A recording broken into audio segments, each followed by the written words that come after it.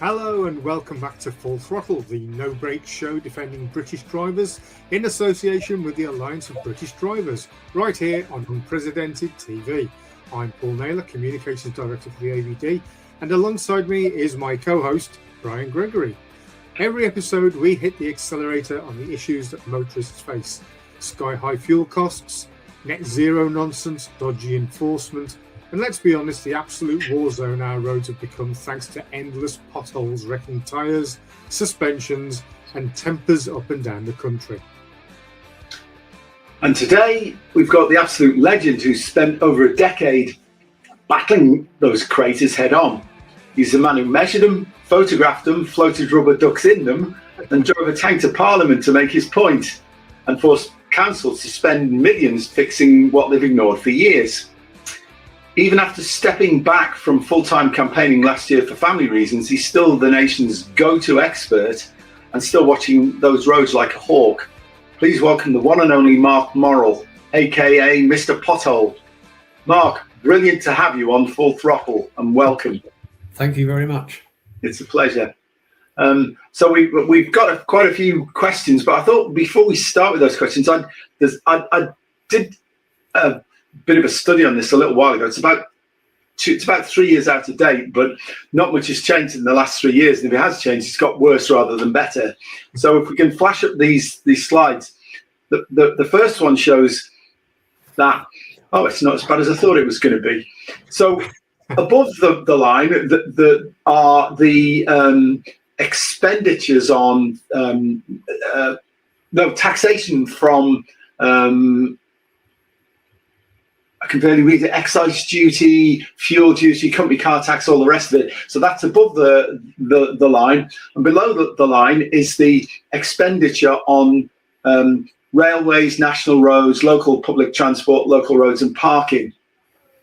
And you can see that, in say 1998, the taxman was really benefiting because the expenditure on infrastructure was relatively low, sort of about 10 billion or something, and the tax revenues at that stage were 35 billion.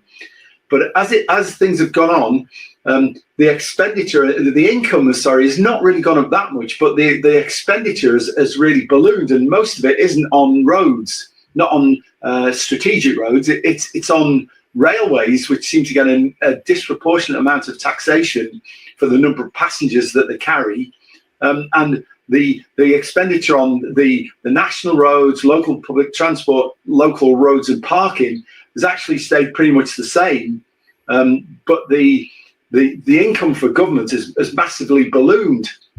So we're not really getting good value for money, and a lot of it's being wasted on what I would argue to be not very efficient public transport outside of major cities. And drivers are certainly not seeing the benefit of paying nowadays something over 50 billion in all up road taxes of one kind or another, VAT and all the other road user taxes. Most of it's not going into roads. So that needs to be corrected. Right, okay. If the next slide shows what's happened to traffic densities, and what you can see is that the traffic densities on A roads, motorways, has gone up quite dramatically between 1976 and, well, this was 2016, but the trends continued. And all other roads, the sort of housing estate and industrial estate roads, traffic density has not changed very much. So that most of the strategic traffic that's on all these major roads, traffic density's gone up. The road network's not being expanded massively, certainly not for trunks and strategic roads. So that's why we've got so much congestion. And of course, that also means more road damage for major roads. And then the final one is sort of showing where the road investment's gone. And what's happened really is that you can see we've had the first column shows motorways, traffic length increase, traffic growth. Well, we've had about 1,500 kilometres, about 1,500 kilometres of motorway increase since 1976. And the amount of non-trunk roads has increased by 62,000 kilometres, right? Essentially, the kilometre length increase per percent of traffic growth increase for non-trunk roads is 248 kilometres per kilometre, 248% increase in length per percent traffic growth. A roads, it's 3.4. Motorways are 3.7, and overall, I can't read it, but it's quite. I can't read the text. Never mind. But the point is, the roads we've been investing in are industrial estate and housing estate roads, and there's been a significant expansion there. Some of it probably not the greatest quality. I suspect a lot of it's been done down to a price rather than up to a quality. And strategic roads, of course, we haven't really expanded them at all. So traffic congestion on major roads is endemic now. Anyway, that's just sort of the background for the last 30 years. There you go. That's the last 40 years plus this 10 years that aren't counted for. That's all accounted for in there. Yeah. So anyway, go on, Mark. Yeah, I was going to say. So, Mark, the first question that we've got here was quite a nice, light-hearted one. I hope. But what pothole incident was the first that turned you into Mr. Pothole? What was your last straw, basically? Right. Well, I've never called myself Mr. Pothole. That's what the media called me. And I find it very offensive, he says. My attitude is call me what you like as long as you fix the roads, to be honest. It doesn't matter. A lot of my previous sort of inhibitions have long gone after all the filming and things I've done of lining roads and all sorts of things. Anyway. Absolutely. I took my daughter to drive, and there was a pothole on an A road through a little village called Farwinhoe, and it was in a position where people were trying to straddle it to avoid it going on over the white line near a bend, right, which is obviously potentially dangerous. So reported it to then the Northamptonshire Council, County Council. Nothing happened. Chased it up, nothing happened. Eventually got so dismayed about it that I got hold of the contracts manager for the service provider for them, because the inspector couldn't hand me on the phone. So I spoke to them and said, basically, if you didn't get it repaired over the weekend, on Monday morning, I will ring the police to report it, because if there's an incident there, someone got killed or injured, I couldn't live with myself. So Monday morning, she went to college, when she got to college, he rang me to say, no, it's still there, Dad. So I did what I said. I don't make threats, I make promises. So I rang the police, explained the situation. They understood. I didn't want to waste their time, explained all of what could happen. Surprise, surprise, 2 hours later, they're out repairing the road. So I thought, okay, fair enough. Then there was another few incidents because the road was failing in that area, and eventually it sort of become aware of just how bad the roads were. So I started a small campaign. I knew nothing about social media. I learned from the children, but very powerful tool. I would never achieve what I've achieved without it. So started a small Facebook group. Next thing I'm getting hundreds of followers. Next thing I'm in the local newspaper, and that's who called me Mr. Pothole, and it stuck. Then I'm in national newspapers. Then I'm doing a documentary called Pothole Britain. And I took a tank to the Department of Transport because my friend owns tanks a lot, which he's got over 350 military vehicles. He does filming and all sorts of stunts. I think he's been on TV a few times. Furious there. And part of the documentary, I mean, Channel 5 were very nervous because they said, oh, are you going to have a march on Downing Street? I said, no, I've got something better because I've got to rely on others. This, I don't have to rely on others. And we obviously did the tank thing. That was, the rights to that program got sold to Japanese television, and they do a program called the greatest television shows in the world, and they assess it, and they've got extracts from it, and they show, and it's quite interesting because I'm called the warrior against potholes, Mr. Okapoko in Japan, and I actually met some Japanese tourists who come to look at the Mercedes F1 team. Is Brackley where I live. They actually came down there, and one of the people recognised me, so it's just like surreal. 16 million Japanese watch me. So that sort of started off. I only started it for 6 months to see if I could make a difference locally. I never thought it'd be over 13 years and setting up a national day, National Pothole Day. I never thought I'd be on. I've been on every breakfast show, television show, documentaries, radio interviews, television, all sorts of stuff. Even done stuff for French television over here because they call us the Kingdom of Potholes. So it's gone to a different level. I submitted evidence to the Transport Select Committee inquiry when Lillian Greenwood was the chair, who was a very good chair.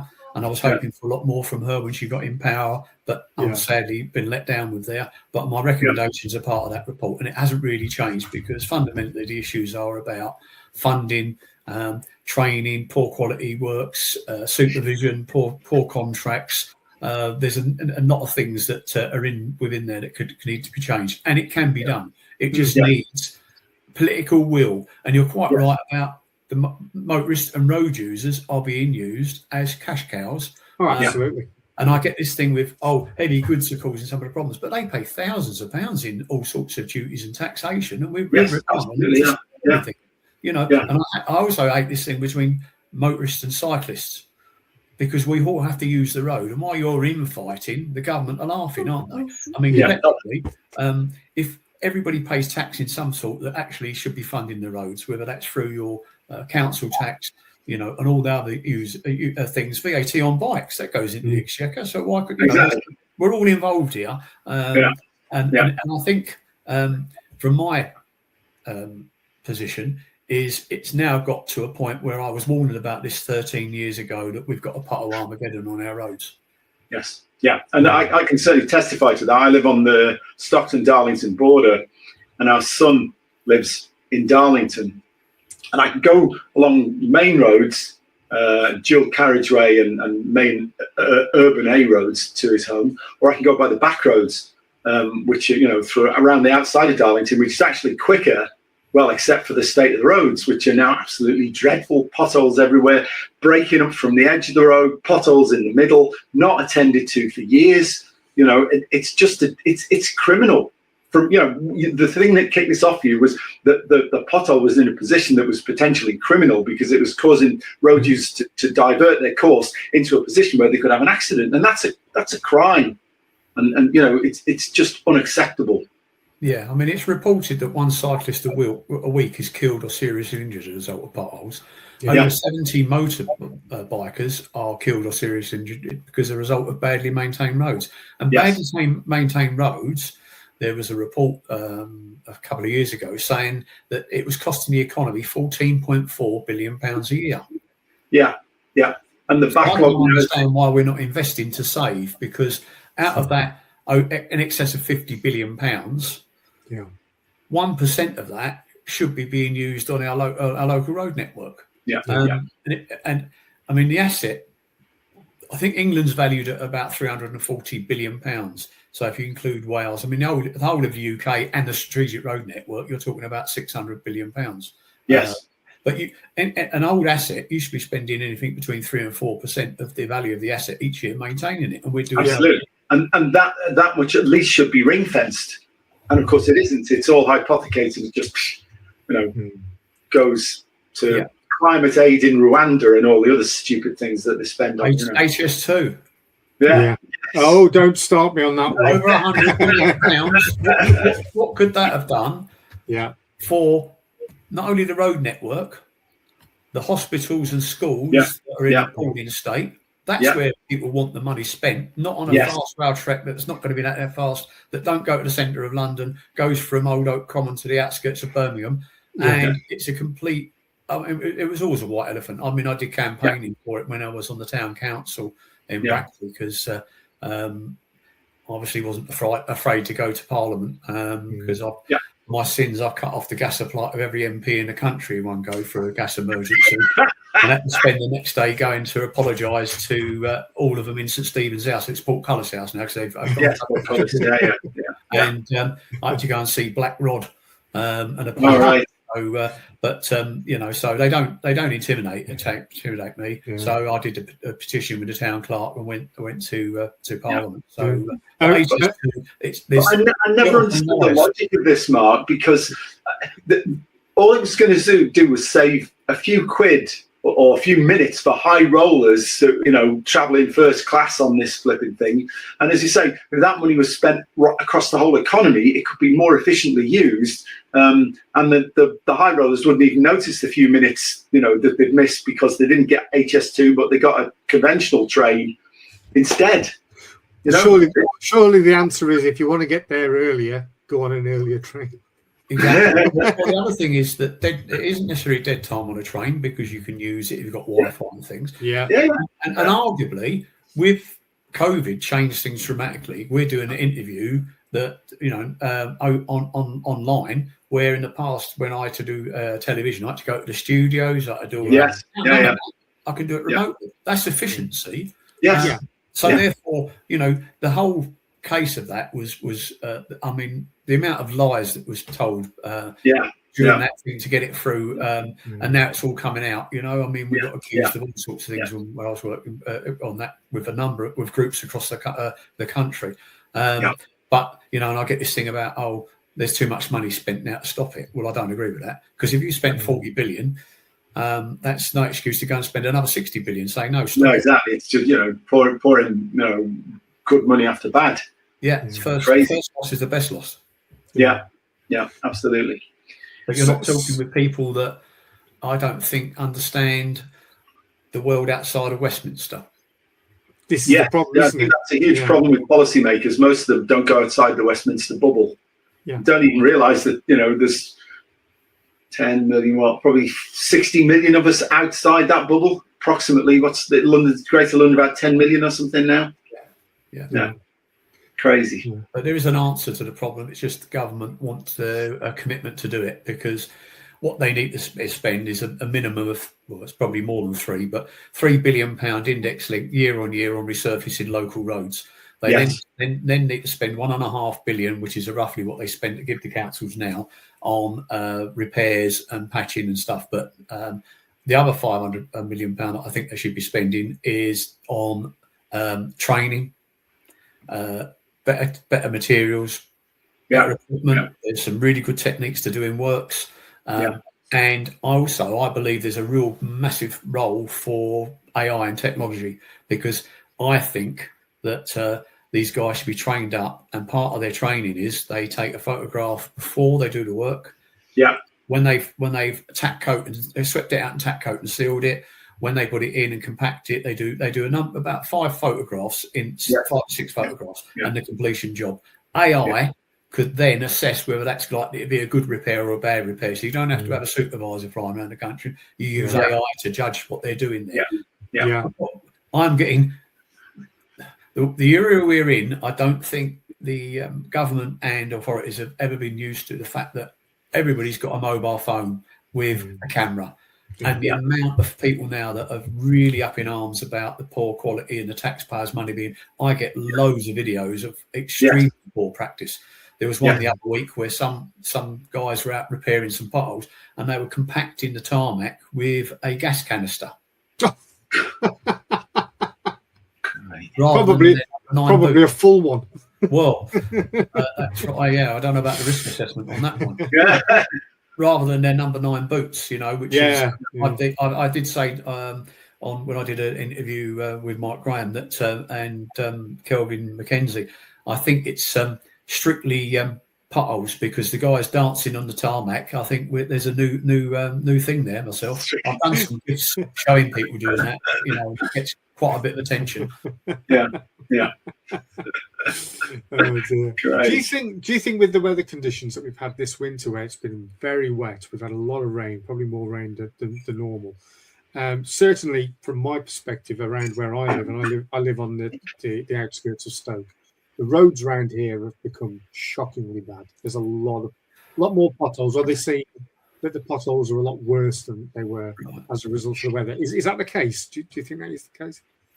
It does have an impact, but surprise, rain doesn't affect well-maintained roads. It's only because the roads have not been maintained to the standard. Yeah. So you get cracks and fissures in the tarmac. If the water gets in there, obviously if you get frost, that breaks it down. But you don't need frost. The vehicle going over causes hydrostatic pressure into those cracks, and eventually it breaks down.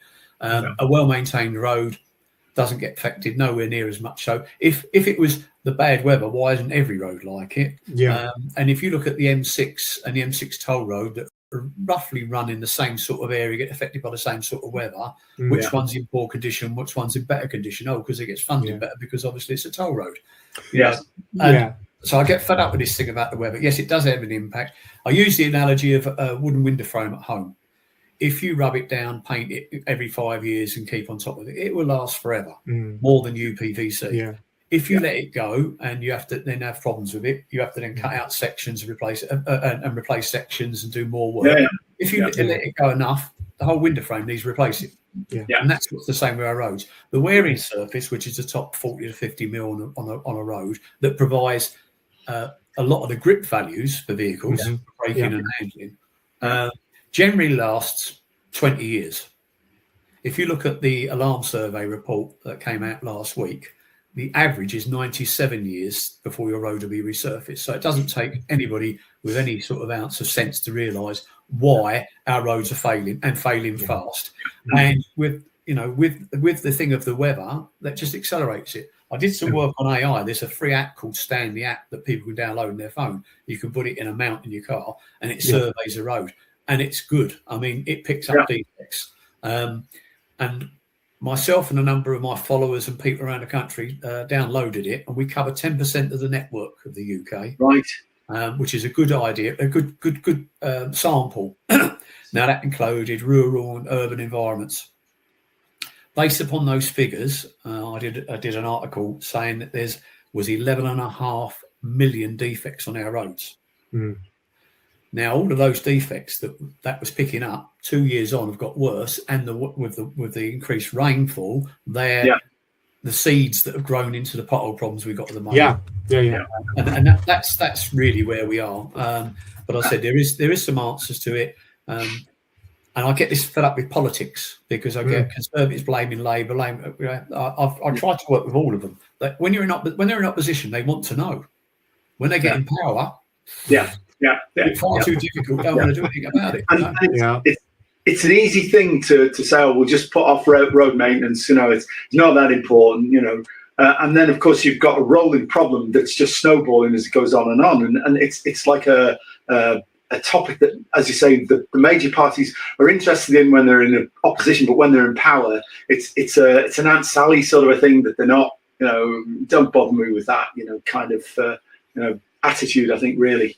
The other question I wanted to ask: do you think there's been actually a lowering of the quality of the road surfaces that are being applied? Because the nearest major road to me is the A66 dual carriageway that runs from Middlesbrough, past the back of our house, 700 yards back, across to Darlington.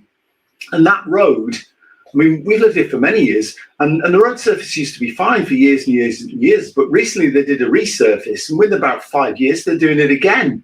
I'm thinking, well, the quality of that road cannot have been as good as it was previously, because previously it was decades before they had to do it, and now it's every 5 years.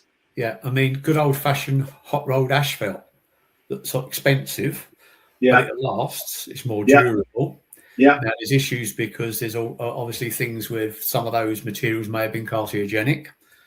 But one of the big things is going to this medium sort of density material that are used in parts of Europe because it's cheaper. So if you're going to put something cheaper, it means you need to replace it more often. But if you ain't going to put the money in, you can't do that. I'll give you an example of another pet hate of mine is road markings. Lack of road markings.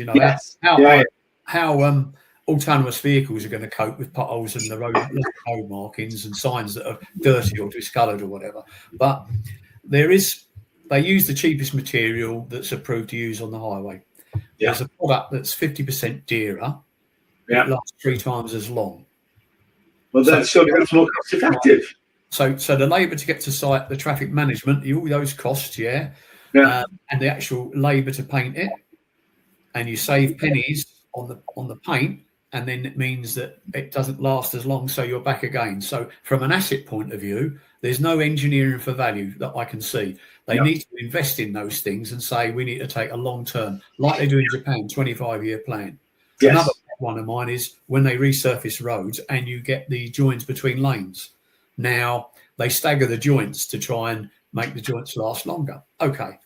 But there is a technique that can rejuvenate roads. It's called a thermal heat treatment. So you put a canopy over a pothole, for example, in an area.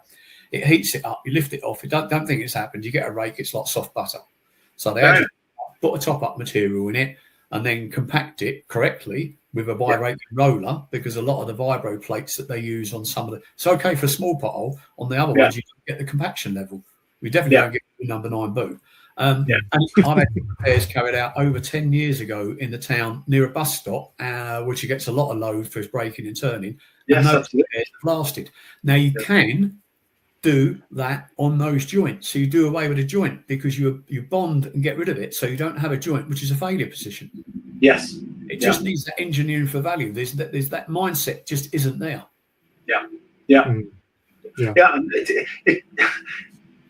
I cannot understand the attitude, because about 80% of the goods and services that are transported around the economy are travel by road. Rail's a minor contributor. So we really, if we want the economy to run efficiently, we need the roads to be in good quality so that the economy can do that. Yeah. It's just that that lack of understanding of what it does. I mean, it's the blood supply system for the UK economy, and they ignore it. And I've had arguments with councillors before saying, "Oh well, we have to spend the money on our statutory responsibilities, which is social care and children." And I agree totally with that. I do understand that. But I have to tell them that you've got a statutory responsibility under Section 41 of the Highways Act. Yes, you have. But now with I have successfully used part of the Highways Act. Now, Section 41 is a responsibility for the Highways Authority to maintain the roads safely. They use Section 58 to turn down your claim, saying we got a fair and reasonable inspection museum and repair thing, and they get your claim out. You get all these nonsense about, I can't claim because of the paints around it. You can, because if they said they're going to repair it in 7 days and you hit it on day 15, you've got a claim. Also, if they haven't inspected their roads, and they only get a 2-week tolerance, so if they expect it on the 1st of March and they don't do it till the 1st of April, you've got a claim. But they play games with that because But anyway, so in terms of how that's done, there is, and I've used it successfully, and I've helped people, and it's growing. Is a thing called Section 56 of the Highways Act. Now, it's been used by the Ramblers Association for years. Now, I'm a sod for detail, put it that way. So I did some research in there. Anyway, I wanted some legal advice to find out if it could be applied to carriageways and footways, Because in terms of going back to legislation, a way is the right of goods or passage. So the easiest way was to join the Ramblers Association. It cost me 30 quid for the year, which gave me access to the legal department. And I sent an email in saying, "This is what I believe. Am I correct?" And they come back and said yes. So that's brilliant. Cheap legal advice, wasn't it? That's genius. Well done. So, I used the templates of their notices and did formal complaints and issued some legal notices under that act that don't cost you any money, only the stampage, because you best to send it recorded delivery. Although the first time I did on National Pothole Day some years ago, I turned up at Northampton County Council's reception with the media, so that was a bit interesting. They would let me in, but they wouldn't let the media in, and that's been quite successful. And I've helped people around the country, and there was an instance where there was a small business, a small holiday park, we're losing customers because of the state of the roads, and they've been trying for years. But then the couple, the daughter and son of the original guy set it up. Were trying to do it. He tried before. They got in contact with me because I've been in one of the newspapers. I got some newspaper attention, helped them draw up a formal complaint suggesting that they was going to find themselves with a Section 56 notice issued on them. And in the letter they said that obviously I was advising them. And the next weekend they was out there doing the road. Okay, so it does work. Yeah, and then last week there was a court case for a gentleman in Hertfordshire who successfully went to court because they would never go to court with me if I've issued it or threatened to issue it. Even if I threatened to issue it in Oxfordshire, I got £830,000 for resurfacing work carried out. Yeah. And the same with a couple of other authorities, Buckinghamshire and things. And so it does work, but now we've got that precedent in terms of the court case where the judge basically says, because their barrister from the council was saying, oh, we've got a fair inspection regime, a repair policy, and blah, blah, blah. And the judge said, not interested in that. The road's out of repair. You've got 20 days to fix it. So that's powerful. So I've been inundated with people. So as I said, on social media, I don't have a website anymore because I did do that and I got attacked so many times. So I don't bother with that, wasting time and effort. I use social media. X is brilliant because you can tag in the council, MPs, whoever you like. And on X, I've got a retweet. But I've only got about 7,200, something like that, followers. But it's the Department of Transport. It's like Lillian Greenwood. It's like the media. Eamon Holmes, who's got over a million people there. So my retweet value is probably about 120 million people if they all retweet. But it's the media, you know, it's a bit like Chris Choi off ITV, Consumer, Matt Allwright, because they follow me and I follow them. So I think I've gained over the years sort of, I'm not just a nut complaining about potholes. I think that's the difference. So I've used that, but on Facebook, I've put details of exactly the process and a flow chart and examples of my letter of complaint, examples of notices I've issued. I've never had to get to stage 2, but excuse me, the gentleman last week did and proved it worked in court. Because if you get photographic evidence, if you do a freedom of information request and ask the council over the last 2 years how many repairs have been coming out, how many have been reported by whatever means, what repairs have been carried out, last time it was resurfaced, and what their opinion is of the condition of the road. With your photographs, then you go to court and say, would a reasonable person say this road is in good repair, or would a reasonable person say this is out of repair? And the term out of repair is what's used in the legislation. And I see that growing. Well, I've been contacted by over 20 people at the weekend. Prior to that, I've supplied information to people, and there's groups on Facebook, for example. There are groups all the way from Scotland to Cornwall now across the whole country. I've got access to all of those groups now, and I've been giving them information. So that is potentially now getting up to 200,000 people. So there's a pothole army growing. The people have had enough, and they feed me information. They send me stuff like that, and I give them advice. I'm now teaching, not in purpose. I've given them examples of good quality repairs.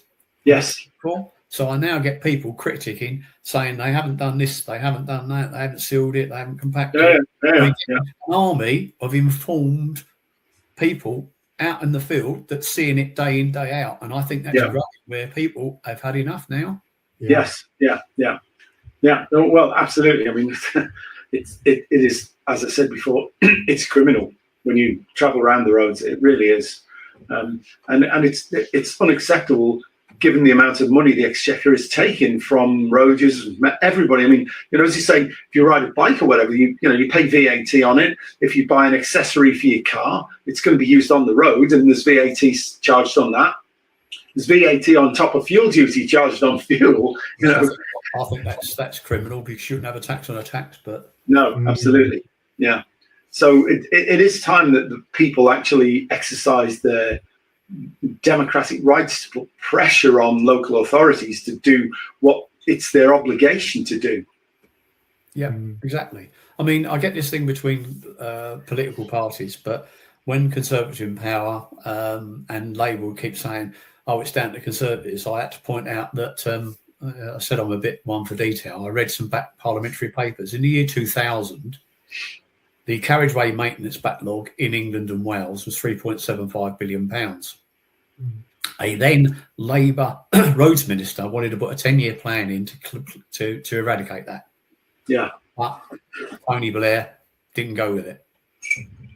So it's grown, and that's where nearly £19 billion now, because the network's getting older and it's not being maintained. So when you throw that back to Labour, they shut up a little bit, because you're all as bad as each other, and it doesn't matter who you are. We've got Liberal Democrats in charge over in Oxfordshire, and they're having a major problem over there. But they're rated at amber on the DFT's latest traffic light system. Yeah, but I tell you that they ain't performing at amber. And I think Essex are green, but the groups in Essex that I've got access to don't believe they're particularly good in terms of what they manage in their network. It depends on. It's a new system. The idea is good, but and also it's open to interpretation. You need to tighten the rules. There's a number of things you could do, but there was an incident about 6-7 years ago. There was a lot of bridges being shut too near where I am. Anyway, there was pressure at government, and suddenly they released £250 million for potholes and bridges in November. Not the best time to do maintenance roads, but they had to spend it by the end of March. So they were spending money doing work, and they would do a thing called surface dressing, and it gets a bad name because it is a useful tool if it's done correctly, where they spray the tar on, put stone chippings, right? I've had to pull them up where they haven't done enough in terms of spraying enough tar on there, skimped on it, so you can see the lines between underneath the actual tar. They're putting the stones on. Do they put the stones on correctly? Are they rolling them in enough before they open up to traffic? All those sort of things. But if it's done correctly, it's a useful tool. So they were doing it. But if they did it on a road that had a pothole in, and they repaired it and then surface dressed it, it's likely to fail, because what you need to do is a minimum of 6 months before you do that work, do any maintenance work of pothole repairs, a bit like the old-fashioned polyfiller. If you fill a hole in the wall, it sinks in a bit, you fill it up and then you decorate. So it's exactly the same with the roads. So, we had that. But I did some FIs asking for the submissions from some of the authorities and what they put in to get this extra funding. And I think Hans Christian Andersen wrote quite a few of them, because they were definitely fairy tales from reality. So now, Department of Transport was supposed to audit where that money went, and they never did.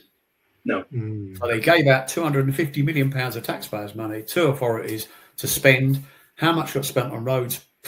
Who knows? How much was well spent? Probably 90% of it wasn't spent as efficiently as it should have done. I think that's the best way of saying it. Very interesting. So there is things that can be done. There's some brilliant techniques out there.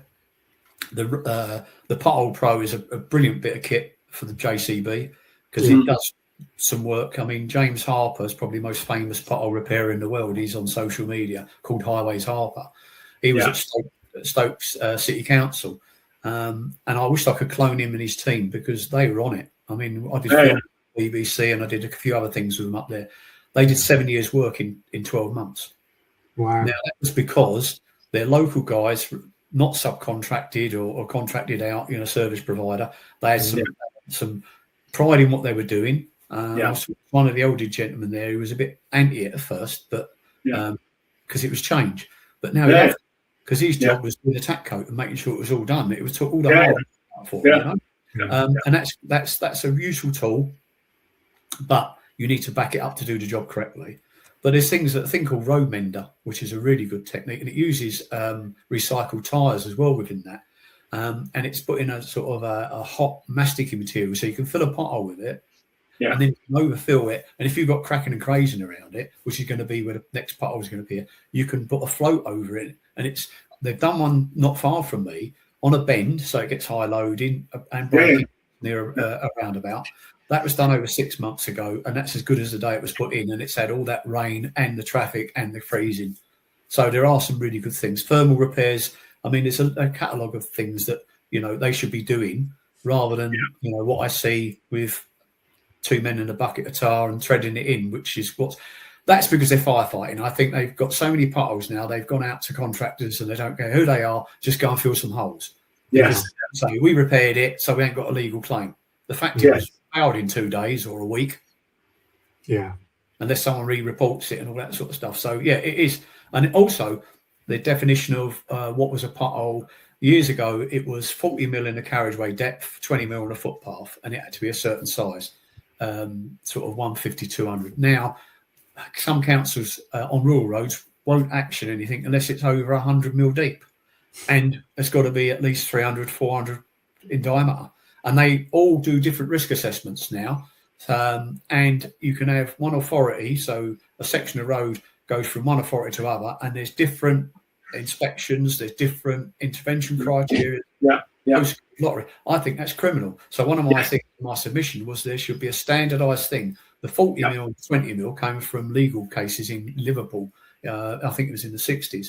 But that was changed to well-maintained roads and a risk assessment basis, because I think a risk assessment to me is the likelihood of something happening and the impact. Now, it seems to be how much money we've got. So how can we adjust our risk assessment to cover our backsides?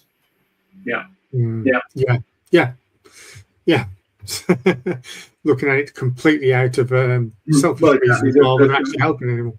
Yeah, the whole thing about cost-benefit analysis has been skewed to minimise the cost rather than maximise the benefit. Yeah. Do you have any particular incidents that stand out in your mind for being ones that you were particularly proud of or are memorable for a particular reason? There was I've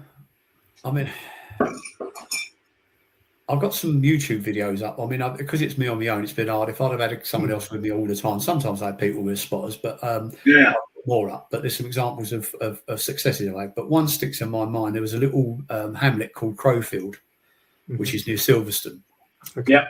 And the people were complaining for years. I went down there and reported potholes, and they kept repairing it. I threatened to issue legal notices on there, and it got resurfaced. Now, there was no footpaths in this hamlet, and there was an elderly lady there who broke her hip, so she was having to exercise with a walking frame. Her friend was taking her to a nearby village that had footpaths so she could exercise. Well, we had a street party on Christmas Eve, just as they were finishing the works with it. I got invited down there and all that, which was very nice. And the lady said to me, she'd been horrified about the state of our roads for the last 20 or 30 years. She gave me a big hug and a kiss and thanked me. Someone sent me a picture, one of the residents I did some work, who was the main lady there, Sally. She sent me a picture of her on Boxing Day, able to exercise on a walking frame outside her house. Yeah. That's the human side. Exactly. Yeah. And this isn't what, this is what people don't appreciate, It's the knock-on effect to what you're doing. Well, also, there was a couple that couldn't sell their house because the road was blighted. Yeah. And I helped them, and the road got repaired, and they sold their house. There was another couple at a bungalow that had a severely disabled daughter, and the bedroom was at the front because of access things. And there was a hole outside in the road. Now, during the day, it was fine because no cars were parked there, so people would avoid it. Overnight, with cars parked either side, couldn't be avoided. So the boom was disturbing. And now she had all sorts of medical issues. Yes. So they tried reporting it. They tried the council. They tried the MP. Anyway, eventually caught hold of Mr. Pothole. Mr. Pothole went up there and took photographs and created a pain and got hold of the contracts manager and got hold of social services saying this is out of order, blah, blah, blah. Surprise, it got filled the next day. Yeah. That's the human impact, really, not the grandiose things. I mean, the tank and all those sort of things. No, it's not. It's the minutiae. It's really because I mean, the most I've got someone out of a claim, which I've never set out to be for claims. I give advice, but that's not what I was in it about. £1,300 damaged on I think it was Highways England at that time because they keep changing the name. But a third by any other name in it, I mean, they keep changing the name, but you haven't changed it. So we did freedom of information requests. When I got the data sheet, which says start at this time, finish at this time, right? They're supposed to do an inspection at no more than 50 mile an hour. Supposed to do it in good lighting conditions, double-handed, Yeah. When we got the sheet, it was inspected the December morning at about 7:30. And I looked at the rain, and it was rainy because I looked at the weather forecast and worked out the elapsed time from start of the data sheet to the completion of the data sheet. They would have been doing 82 mile an hour if that was correct. When that was all pointed out to them, they checked them for £1,300. It was a cafe survey. Yeah.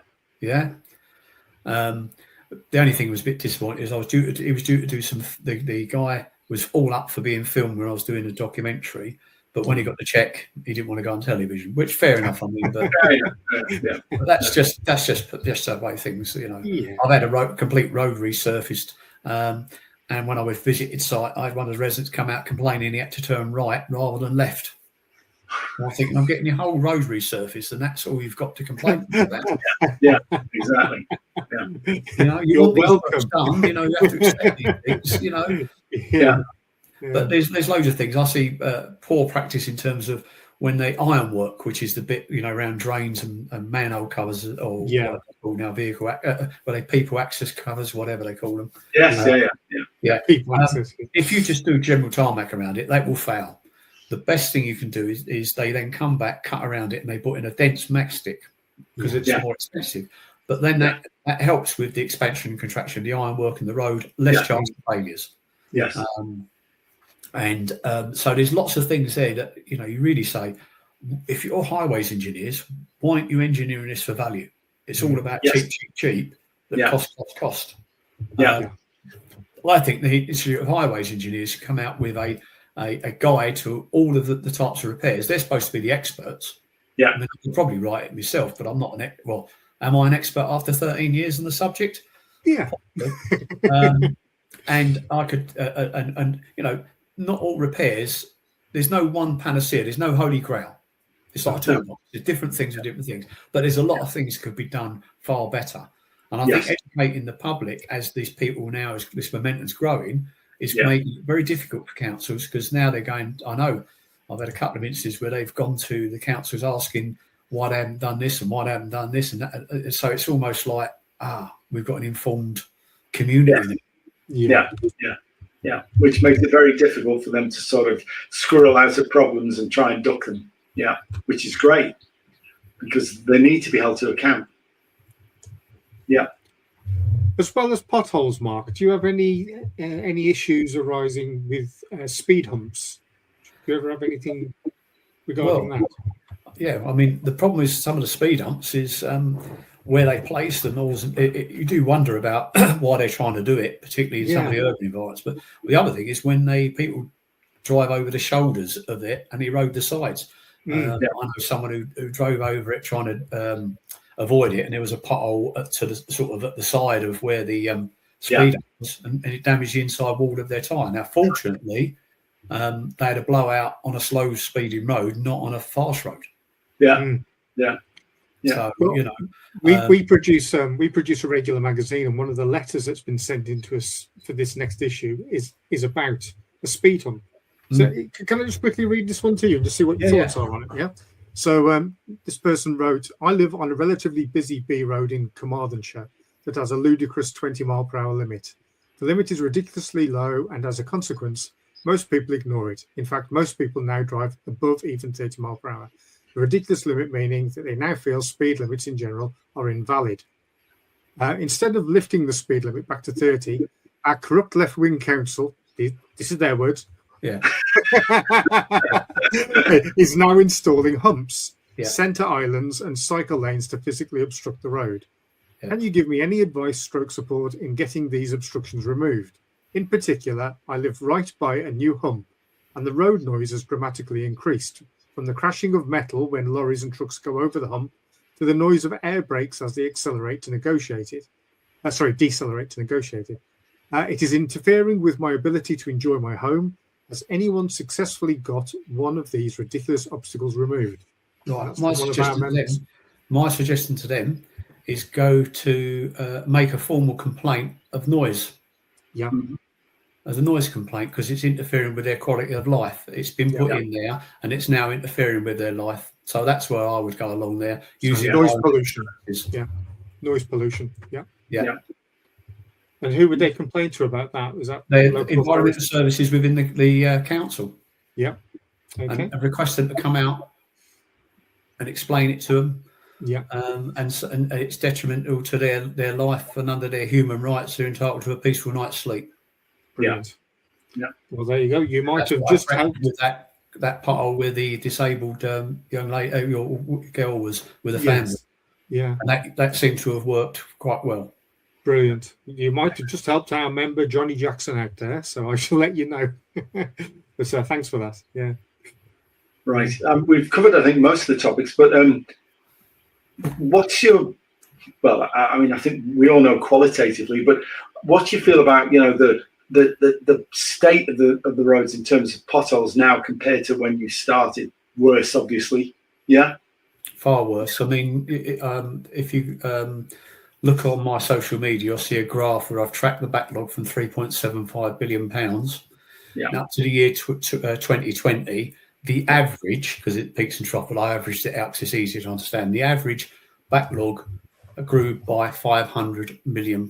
Now, between 2020 and 2025, the average backlog increased by £1.2 billion because the road assets getting older and all more traffic and everything like that. Last year, between 2025 and the new figures that come out in 2026, it's gone up by £1.8 billion. Wow. Now, that figures don't include the recent heavy rain for the last few months. No. Well, I predicted on air it will be about £2 billion next year. Yeah. And if you run it forward to 2030, we will be around £30 billion backlog. Now, that's just carriageways in England and Wales. Now, there's probably near a £7 billion backlog in bridge maintenance in this country. So if you include carriageways, footways, bridges, structures, drainage, street lighting, yeah, I believe we're currently sitting with a £30 billion backlog for total road maintenance in England and Wales, and it will go up significantly. And if we don't get hold of this, suddenly we're in a situation where I know there's a few councils that have had to put failed road signs up because we can see that going up in terms of only protecting themselves. I had to advise one of the councils because of it was that bad to tell them to put signs up and put speed restrictions in. They're saying, what? I said, you need to cover yourself because if there's a claim from there, you're aware of it. So I tried to be a critical friend. Yeah. And tell them what they need to do. And you're thinking, why am I telling you what to do? You should know what to do. The road becomes very difficult. But because I said they need to shut the road, I had another council say, can you tell us we need to shut this road? Having to do their job for them. Yeah. Well, it's easy because they say, if there's any stick about it, they can say, well, Mr. Pothole's been on and he's told this. I mean, I just think, it's only me. It's only me. I'm only just dyslexic kid from London. But sometimes practical experience trumps academic qualifications and arrogance, I think, really, as well. Intellectual arrogance. Yeah, I have no time for fools. No, absolutely. And why should we have with issues like this? I mean, this has come to the stage where, it's costing a fortune in damage every year for road users. It is. And there doesn't seem to be anybody trying to get a handle on it. Why is it not treated as a safety crisis, do you think? Exactly. You're quite right. But not only the safety, it's the financial impact. I mean, the whole thing, if you had a proper debate, now some of the television people have tried to get on me on with transport ministers or Secretary of State for Transport, don't want to know. And because maybe I know a little bit more than they do. You tie them up in knots. Yeah. And that's why they won't do that. Yeah. I did it with Patrick McLaughlin when he was the Secretary of State for Transport years and years ago. Anyway, I managed to get 4 questions on Sky, but it got cut anyway. But first of all, I said about the road backlog, and he said, "Oh, we're providing all this money, blah blah blah." And I knew that was going to be the stock answer, so that's okay. I said, "But you're Secretary of State, so the national, the motorway and strategic network come under you." Yes, I said, "Well, can you tell me why they're giving £350 million back in efficiency savings to the Treasury when there's potholes on the M40, A43, the M1, the M25? Oh, well, I don't know about that. And then they got cut off, but didn't like that one. You know what I mean? Absolutely. And it's like the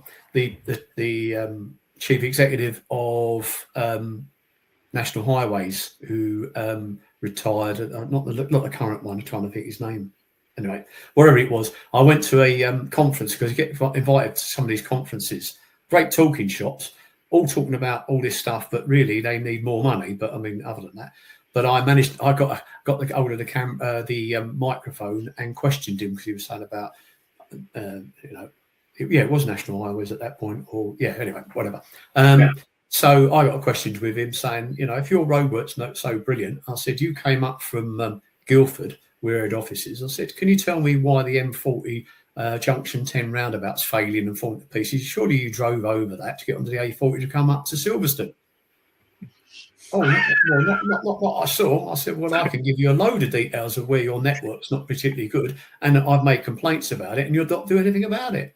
Yeah. Oh. So anyway, that was it. When he was coming off stage, he had a couple of bodyguards, but I took one of my ex-councillors who used to play rugby, great big guy. Yeah. And he scooted off the things, and I had a bit of a chat with him. Yeah. You're going to expect a legal notice coming now. So I did a formal complaint, and then I issued a Section 56 notice. I got a response from National Highways saying, "Oh, about your complaint." I said, "No, it's only a complaint. It's a legal notice. You've got 28 days to come back to me to my satisfaction. Otherwise, we'll see you in the magistrate's court." But then COVID happened, so it all sort of dropped. Yeah. But they ain't even that clever because the legal notices. And then after that, to be fair, I got a programme of works from that junction. It's all been resurfaced right the way through up to Toaster, which was the worst area, up until this year. I actually got invited out to have a look at the works being carried out by the contractors who are doing a good job. So that's sort of interesting. But I have to be a pain in the backside. I mean, when I was at work, coming from the tools, working as an apprentice up to a senior manager, and I was the operations manager in central London. I won the most gold awards for utilities works, including for reinstatement in City of London, City of Westminster. So I'm a worst nightmare as such, But I had a couple of nicknames: Martini Man, because I used to appear anytime, any place, and anywhere. And the other one was Hemorrhoids. But I never went away. Now, when I went to support portfolio holder at Northamptonshire Council to get extra funding, I was allowed to speak as a member of the public. I did say about the hemorrhoids thing. I said, but unfortunately for you, there isn't a cream in Boots that gets rid of me.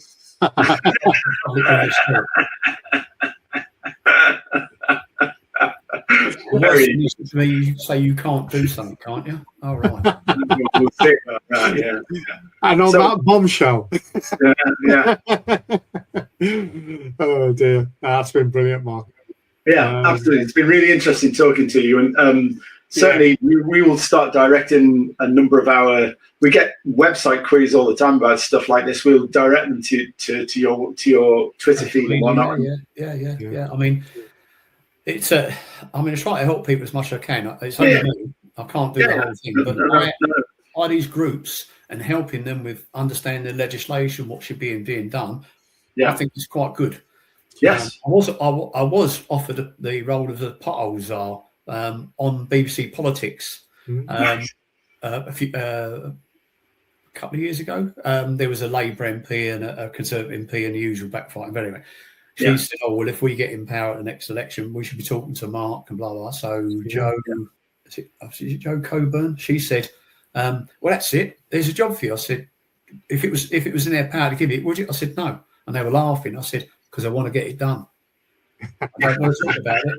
If I would give input, I don't want to particularly be the Potholes czar because I can't do it because of family reason and even at the moment because I'm waiting for a heart procedure on Thursday. Right. But I can advise and give information. I would not entertain even having a one meeting. Well, I'd have one meeting, but I wouldn't entertain doing anything unless they committed to spending at least £5 billion a year, like I said. Other than that, don't waste my time. Yes. Yeah. No, I think that's fair as well. I think that's a sensible starting point. You've got to nail them down and say how much money you're going to put out per annum. I know you're going to ring fence it and index link it. That's it. Well, I know you mentioned 2030, Mark. And extrapolating the figures down to there. The rate at which the roads are deteriorating, I don't think we've got 2030 in the road system, to be honest. Within the alarm survey last week, it says that in 15, well, I think it came from the very previous one. In 15 years' time, 52% of our roads will be Impassable, I suppose. yeah. Well, I'm trying to get the term, but anyway, not fit for purpose. In terms of, I think that's coming forward. Yeah, I think you're right. It's 10 years if you're lucky. I was going to say 10 years. Yeah, I'd agree. But on that note, gentlemen, I'm going to have to go. So Thanks for your time, Mike. Really interesting. We'll invite you back in the not too distant future. Not 10 years. Thanks very much indeed, Paul. Thanks very much. Okay. Thanks for your time. Appreciate it. Take care. Thank you, Mark. Bye-bye.